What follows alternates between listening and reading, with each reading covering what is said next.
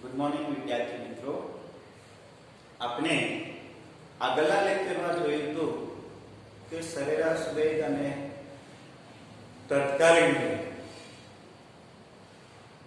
કોઈ પદાર્થના ગતિ સમીકરણ પરથી આપણે તત્કાલીન વેગ અને સરેરાશ વેગ કઈ રીતે શોધી શકાય તે જોયું. વિદ્યાર્થી મિત્રો, તત્કાલીન વેગ માટે આપણે ગતિ સમીકરણ આપેલું હોવું જોઈએ. આ ગતિ સમીકરણ પરથી જ આપણને પદાર્થની તત્કાલીન ઝડપ કે તત્કાલીન વેગ પ્રાપ્ત થઈ શકે છે, કેમ કે આપણે સમીકરણનું સમયની સાપેક્ષે વિકલન લઈએ ત્યારબાદ એક સ્થાન વિરુદ્ધ સમયના આલેખ જોયા. સ્થાન વિરુદ્ધ સમયના આલેખ પરથી આપણે ઢાળ, સરેરાશ વેગ કઈ રીતે પ્રાપ્ત થાય એ જોયું. હવે આપણે એક નવી રાશિ તરફ જઈએ, જે રાશિ છે પ્રવેગ. તો પહેલો પ્રશ્ન આપણો એ છે, સરેરાશ પ્રવેગ એટલે શું?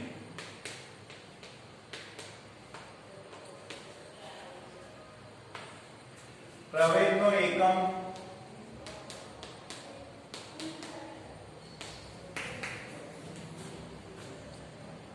અને દિશા જણાવો.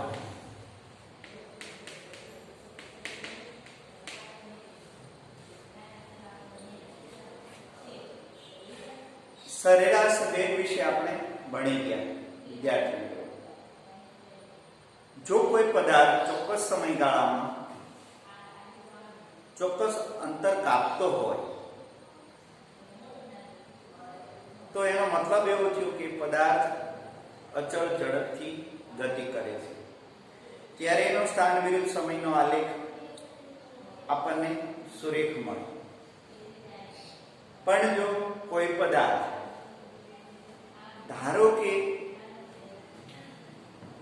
1 સેકન્ડમાં 10 મીટર અંતર કાપે, ત્યાર પછીની 1 સેકન્ડ એટલે 2 સેકન્ડમાં એ 20 કાપે, ત્યાર પછીની 30 કાપે, તો ચોક્કસ સમયગાળામાં કપાતું અંતર ચોક્કસ છે 10 મીટર. તો એવા કિસ્સામાં સરેરાશ વેગ એ જ અચળ વેગ છે, એટલે કે એ પદાર્થ અચળ વેગથી ગતિ કરે છે તેમ કહી શકાય. પરંતુ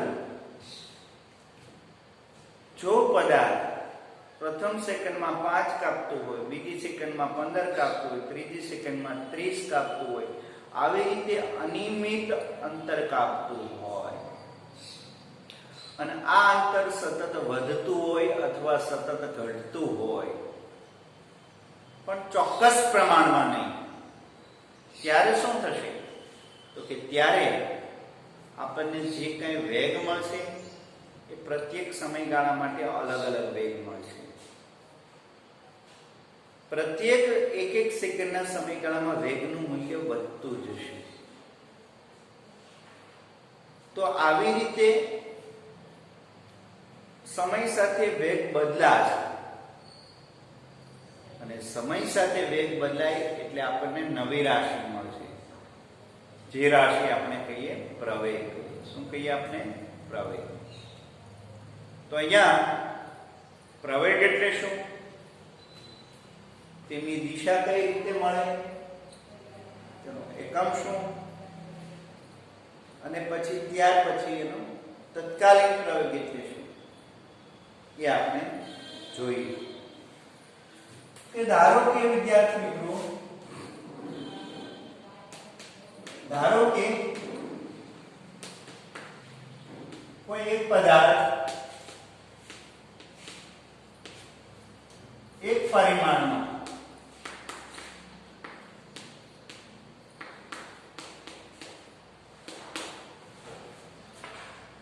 ગતિ કરે ત્યારે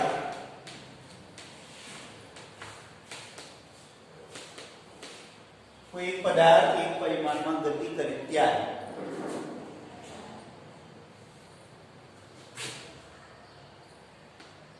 t1 સમયે તેનો સરેરાશ વેગ તેનો વેગ v1 હોય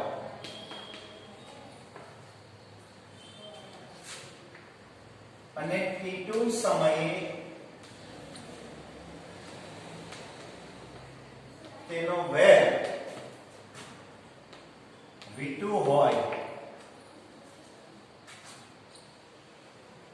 તો સરેરાશ પ્રવેગ આપણને આ રીતનું મળશે. પ્રવેગની સંજ્ઞા a છે ને સરેરાશ પ્રવેગ એટલે આપણે આવી રીતે દર્શાવી એવરેજ a. ડેલ્ટા v ના છેદમાં ડેલ્ટા t એટલે કે વેગનો ફેરફાર ના છેદમાં સમયગાળો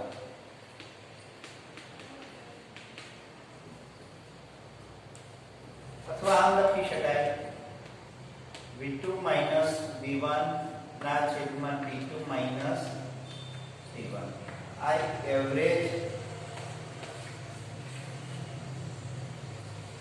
એસેલરેશન થશે. એસેલરેશન એટલે પ્રવેગ, સરેરાશ પ્રવેગ.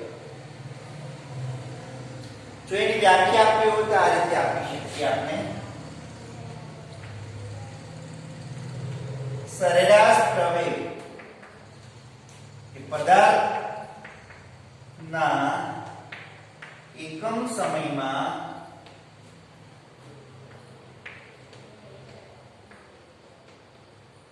વેગમાં થતા ફેરફારને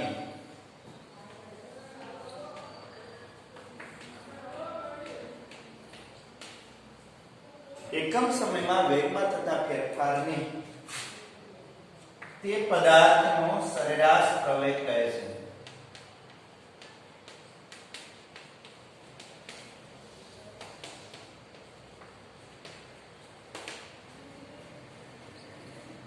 વેગમાં થતા ફેરફારનો સમય ગુણોત્તર એને પ્રવેગ કહે છે. અથવા એકમ સમયમાં વેગમાં થતો ફેરફાર એને પણ પ્રવેગ કહીએ વિદ્યાર્થી મિત્રો. તો અહીંયા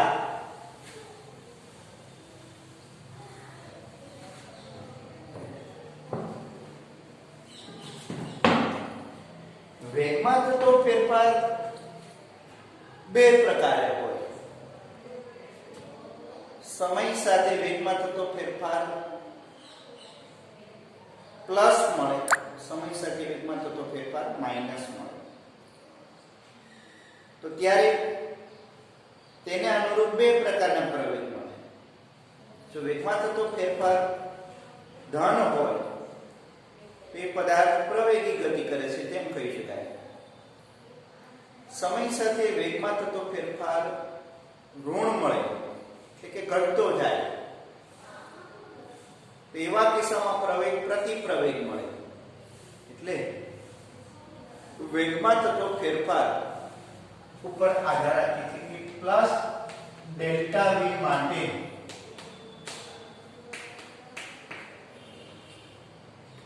પ્રવેગ અને માઈનસ ડેલ્ટા v માટે પ્રતિપ્રવેગ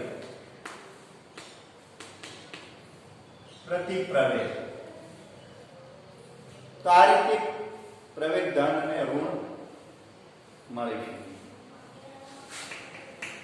જો ડેલ્ટા v શૂન્ય હોય એટલે કે વેગમાં થતો ફેરફાર શૂન્ય હોય તો એવા કિસ્સામાં પ્રવેગ શૂન્ય મળે. શા માટે?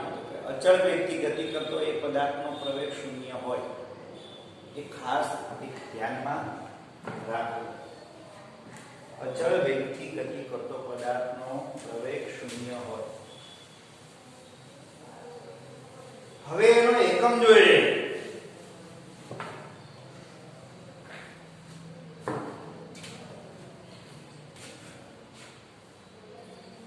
પ્રવેગનો એકમ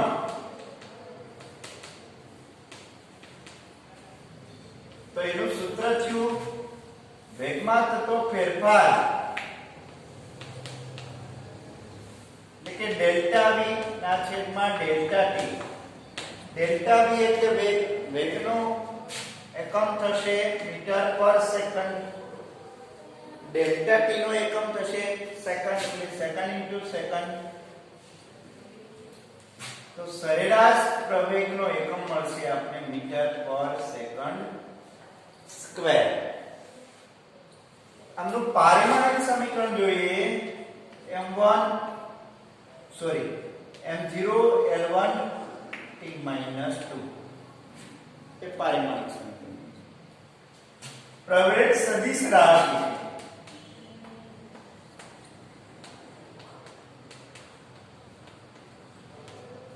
કારણ કે વેગ સદિશ રાશિ છે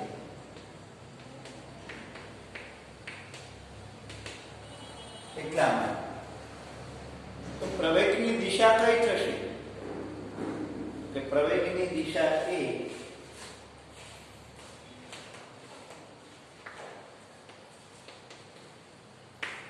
વેગમાં થતા ફેરફારની દિશામાં છે. વેગમાં થતા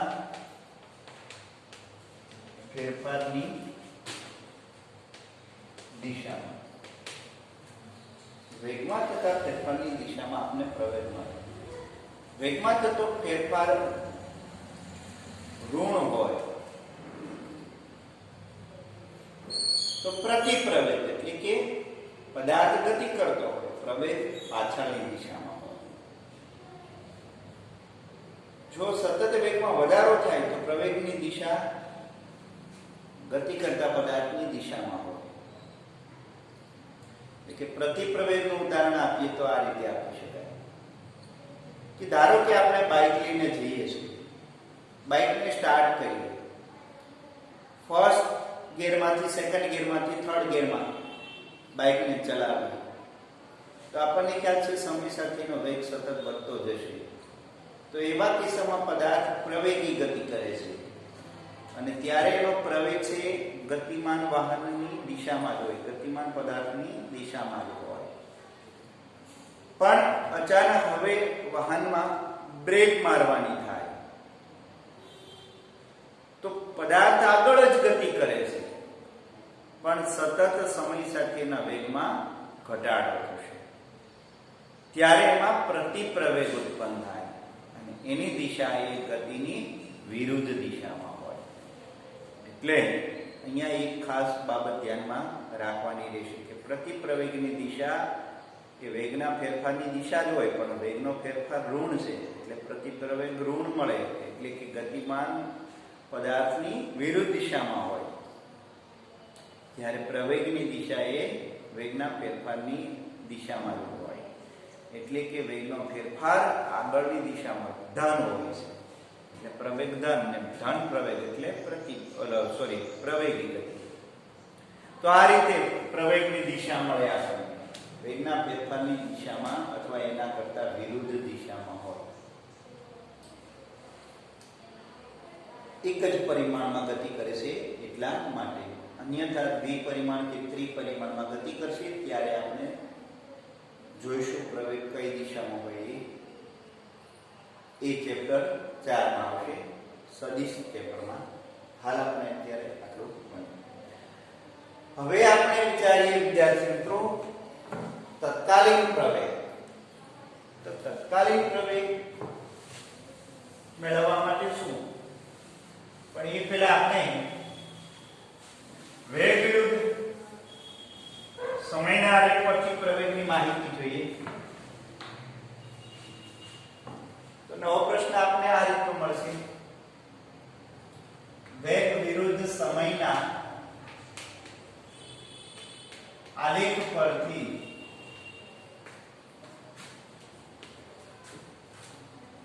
પ્રવેગની સમજૂતી આપો.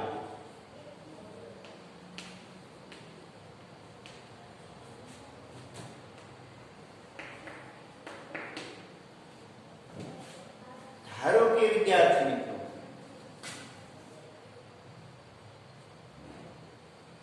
અહીંયા એક પહેલો આલેખ આપણે આ રીતનો આપેલ છે વેગ વિરુદ્ધ સમયનો આલેખ ટી વી.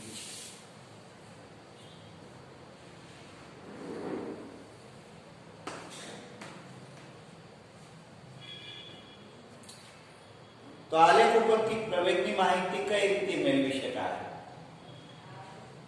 તો કે આલેખ છે એ સમય અક્ષને સમાંતર છે.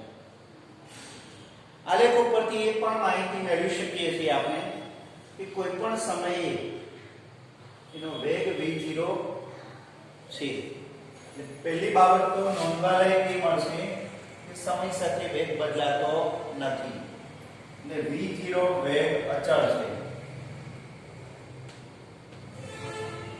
આથી એ અચળ વેગથી ગતિ કરે છે.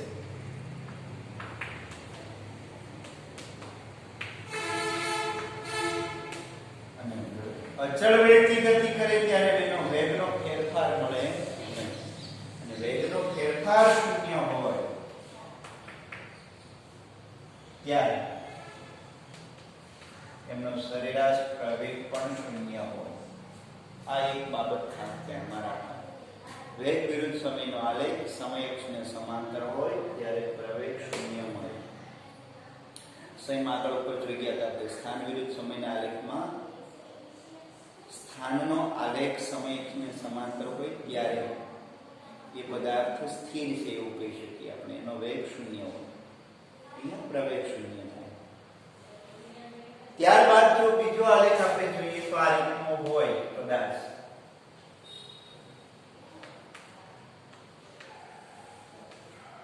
સમય અને વેગ આવી રીતે હોય.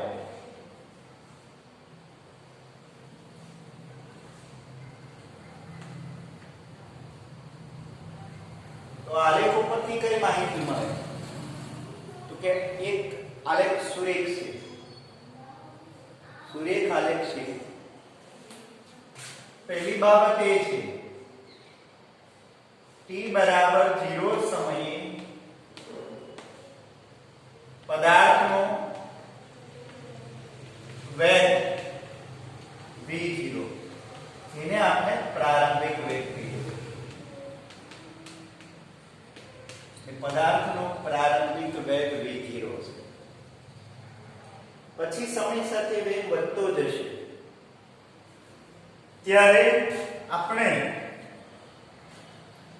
જો આલેખનો ઢાળ લઈએ વિદ્યાર્થી તો બે બિંદુને અનુરૂપ એક આલેખનો ઢાળ લઈએ. એક અહીંયા અને P બિંદુ Q બિંદુ. P બિંદુને અનુરૂપ સમય અને વેગ મળશે v1 અને t1. Q બિંદુને અનુરૂપ એના બે યામ મળે છે આપણને t2 અને v2.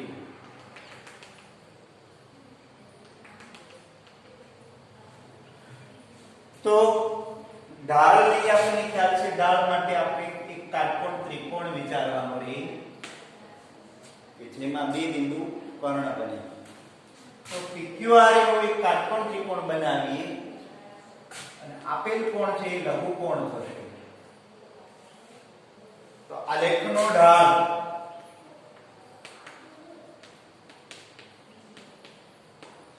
તો એને આપણે tan θ વડે દર્શાવીએ છીએ. હંમેશા આલેખનો ઢાળ tan θ વડે જ રજૂ થાય. વિદ્યાર્થી મિત્રો એક ખાસ ધ્યાનમાં રાખવાની બાબત છે. tan θ સામેની બાજુના છેદમાં પાછળની બાજુ. તો સામેની બાજુ શું થાય? તો કે આટલું QR. પાછળની બાજુ શું થઈ? તો કે PR. સામેની બાજુ QR તો આટલા ખંડની લંબાઈ શું થાય? તો કે v2 માંથી v1 બાદ. v2 v1. PR ખંડની લંબાઈ બાજુની લંબાઈ એટલે t2 સમયમાંથી t1 સમય બાદ. તો આ મળશે આપણને સરેરાશ પ્રવેગ. અહીંયા એક ખાસ ધ્યાનમાં રાખવાની બાબત વિદ્યાર્થી મિત્રો વેગ વિરુદ્ધ સમયનો આલેખ, આલેખનો ઢાળ tan થીટા અને એ tan થીટા ને અનુરૂપ જો આપણે લઈએ તો delta v upon delta t મળે. Delta v upon delta t એટલે સરેરાશ પ્રવેગ મળે. સરેરાશ પ્રવેગ.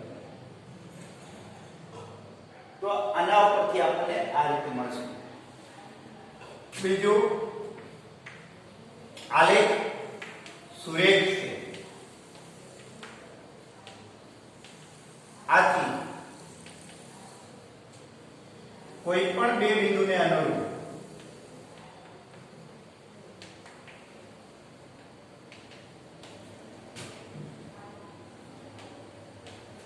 કોઈ પણ બે બિંદુને અનુરૂપ અહીંયાથી આમ ત્રિકોણ વિચારીએ આપણે, અથવા આ ત્રિકોણ વિચારીએ આપણે, કોઈ પણ ત્રિકોણ વિચારો, એમના tan થીટા નું મૂલ્ય સમાન મળે. એટલે કે delta v upon delta r t નું મૂલ્ય સમાન મળે ને મળે. સુરેખ આલેખ હોય ત્યારે બે બિંદુને અનુરૂપ ઢાળનું મૂલ્ય સમાન મળે.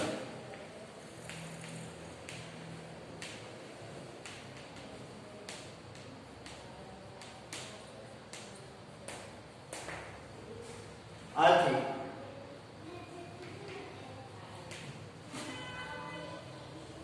આપેલ પદાર્થ અચળ પ્રવેગથી ગતિ કરે છે. અચળ પ્રવેગથી ગતિ કરે. અચળ પ્રવેગી ગતિ માટે હંમેશા v વિરુદ્ધ સમયનો આલેખ સુરેખ જ હોય. આગળ ઉપર જોઈ ગયા તો સ્થાન વિરુદ્ધ સમયનો આલેખ સુરેખ હોય તો અચળ વેગથી ગતિ કરે છે. અહીંયા એ અચળ પ્રવેગથી ગતિ કરે છે. ત્યારબાદ જો આ રીતનો આલેખ હોય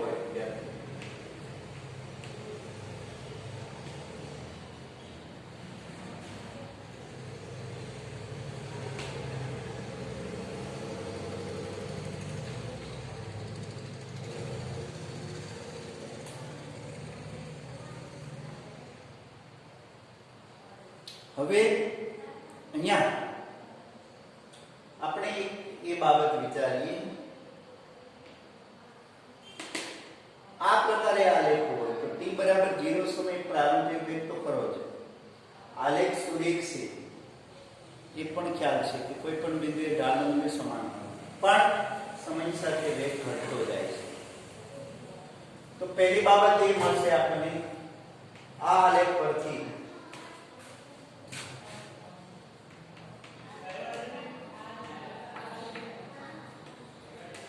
જોઈ શકાય કે પદાર્થ પ્રતિ પ્રવેગી ગતિ કરે છે.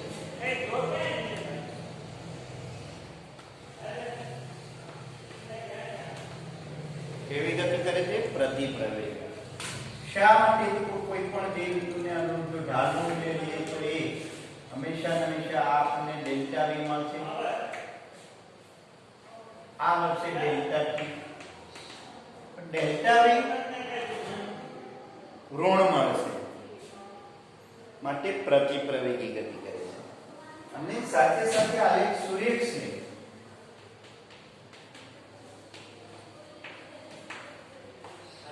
આથી તે અચળ પ્રતિ પ્રવેગી ગતિ કરે છે.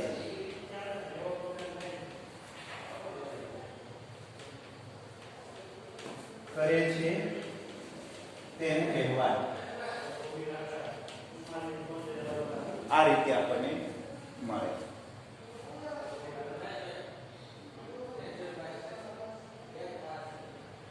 હવે બીજી બાબત, જો આપણને આલેખ આ રીતનો મળતો હોય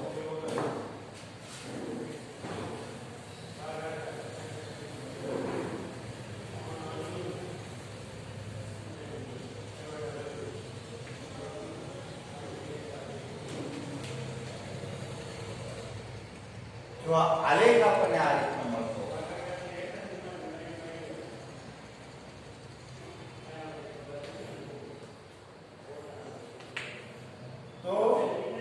આલેખ વક્ર છે, આથી પદાર્થ પહેલું તો એક આલેખ ઉપર તરફ જાય છે એટલે પ્રવેગી ગતિ કરે છે,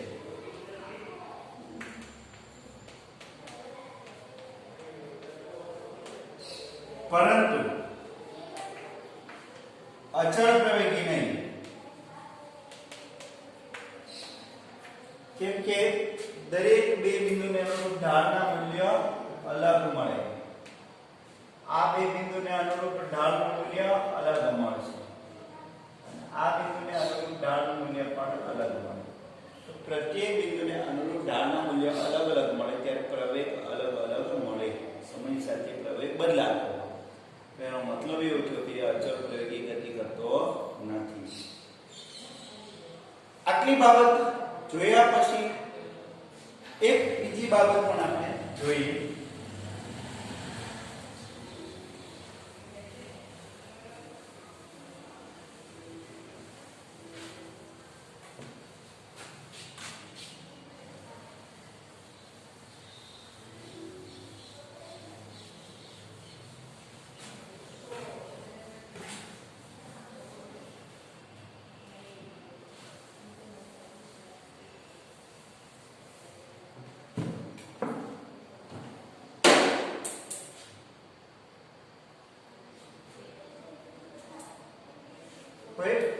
વેગ વિરુદ્ધ સમયનો આલેખ હોય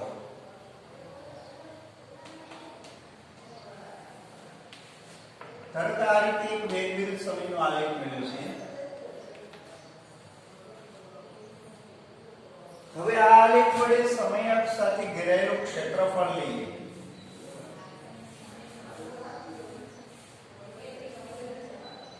OAB તો ત્રિકોણ OAB નું ક્ષેત્રફળ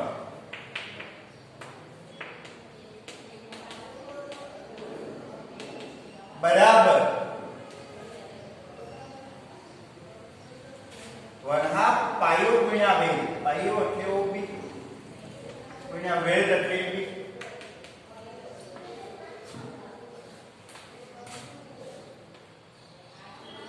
1/2 પાયો ગુણ્યા વેગ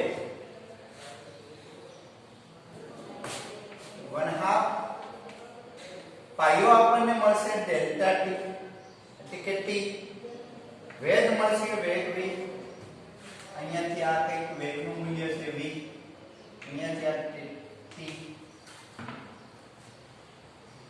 તો વેગ ગુણ્યા સમય 1/2 vt. તો વેગ ગુણ્યા સમય એટલે શું થશે? તો કે સ્થાનાંતર. શા માટે? તો આગળ ઉપર આપણે ભણી કે વેગ બરાબર સ્થાનાંતરના છેદમાં સમય. તો આ ઘેરાયેલું ક્ષેત્રફળ એટલે પદાર્થનું t સમયમાં થયેલું સ્થાનાંતર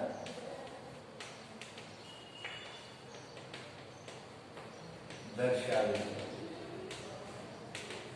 શું દર્શાવશે? t સમયમાં થયેલું સ્થાનાંતર દર્શાવશે. એટલે એક ખાસ વિદ્યાર્થી મિત્રો એક બાબત અગત્યની એ છે કે ધ્યાનમાં રાખીએ કે વિરુદ્ધ સમયના આલેખ પરથી આલેખ વડે ઘેરાયેલું ક્ષેત્રફળ હંમેશા પદાર્થનું સ્થાનાંતર આપે છે. એ ખાસ નોંધવા લાયક બાબત છે અને એક MCQ માં ઘણીવાર એને અનુલક્ષીને આપણને વિકલ્પો પણ આપે છે. એ પણ એક ખાસ ધ્યાનમાં રાખો. તત્કાલીન પ્રવેગ એટલે શું એ જોઈએ. તો તત્કાલીન પ્રવેગમાં આ રીતનું આપણે મળશે. આગળ ઉપર જોઈ ગયા કે સ્થાનના સમીકરણમાં આપણે સમીકરણનું એકવાર વિકલન લઈએ તો આપણે તત્કાલીન વેગ મળતો હતો. તો અહીંયા આપણે આવી રીતે જ વિચારીએ.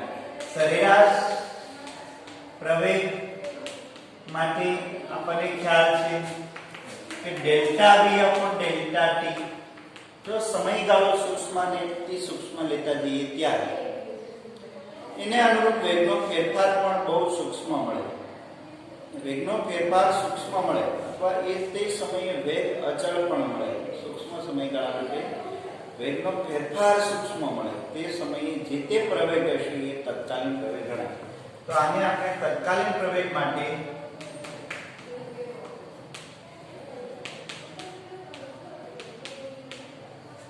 આ રીતે લઈએ. ડેલ્ટા એ એવરેજ એ limit delta T tends to 0 લઈએ તો delta V upon delta T, જો સમયગાળો સૂક્ષ્મ મળે તો આ જ સરેરાશ પ્રવેગ આપણને તત્કાલીન પ્રવેગ મળે. એને આપણે આવી રીતે કહીએ dv અપોન dt. તો અહીંયા એક ખાસ અગત્યની બાબત એ ધ્યાન રાખો વિદ્યાર્થી મિત્રો, a બરાબર dv અપોન dt એટલે કે વેગનું સમયની સાપેક્ષે વિકલન કરતા આપણને તત્કાલીન પ્રવેગનું સમીકરણ મળે. અહીં વેગનું સમયની સાપેક્ષે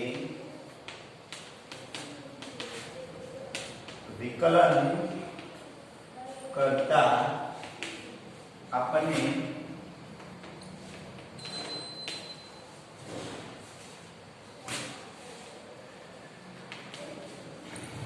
તત્કાલીન પ્રવેગ મળે.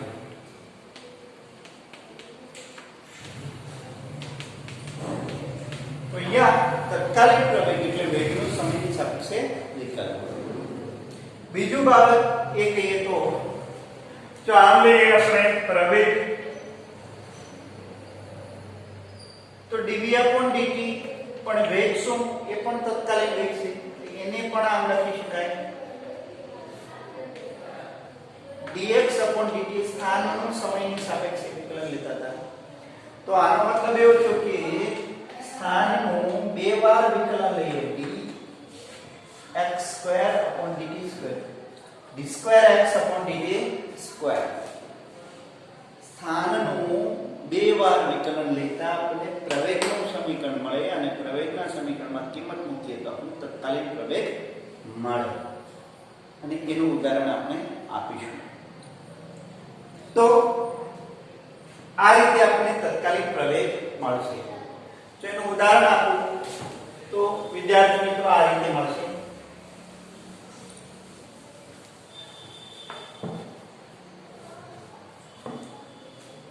ઉદાહરણ તરીકે જોઈએ તો ધારો કે કોઈ એક પદાર્થ સમય સાથે નીચેના સમીકરણ અનુસાર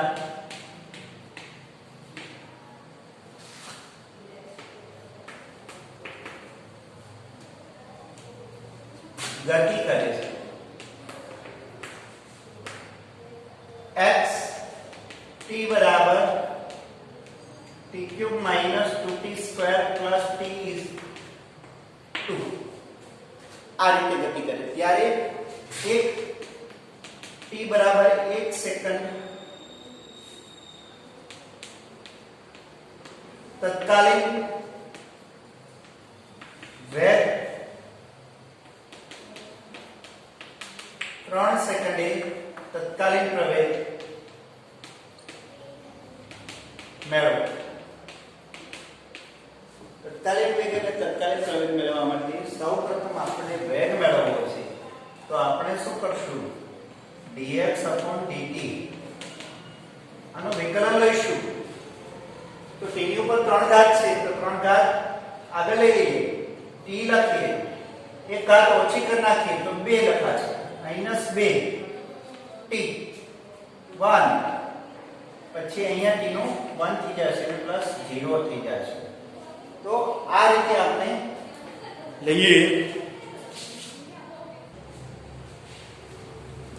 અહીંયા આપણે વિકલનમાં આ રીતનું વિકલન આવે છે વિદ્યાર્થી મિત્રો. આ આપણને વેગનું સમીકરણ મળ્યું 3t² - 2t + 1. હવે આમાં આપણે t બરાબર 2 સેકન્ડ મૂકીએ તો આપણને શું મળશે? 3 2 નો વર્ગ -2 2 +1 તો એ આપણને મળશે 2 સેકન્ડે તત્કાલીન વેગ 4 તેરી ને 12 માંથી 4 બાદ થશે એટલે 8 ને 1 9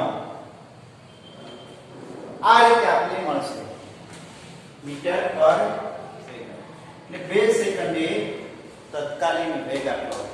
હવે ત્યારબાદ t બરાબર 3 સેકન્ડે તત્કાલીન પ્રવેગ કીધો છે આપણને. તો પ્રવેગ માટે હજી આપણે આનું વિકલન લઈશું વેગનું dv/dt. ખાસ ધ્યાનમાં રાખવાની બાબત વિદ્યાર્થી મિત્રો, પ્રવેગ માટે વેગનું વિકલન કરવું ફરજિયાત છે અને વેગ માટે સ્થાનનું વિકલન કરવું ફરજિયાત છે. તો હવે આનું વિકલન લઈએ તો ફરી પાસે ઉપર 2 ઘાત છે, 2 ઘાત આગળ આવશે એટલે 6t 2 માંથી 1 જશે એટલે 1 વધશે એટલે t -2 ઉપર 1 ઘાત છે, 1 ઘાત આગળ આવે એટલે -2 પછી t ની 0 ઘાત થઈ જાય એટલે 1 થઈ જશે અને અચળ પદ છે એટલે 0. તો પ્રવેગનું સમીકરણ આપણને આ રીતે મળ્યું 6t - 2. હવે એમાં આપણે 3 સેકન્ડે જોઈએ છે.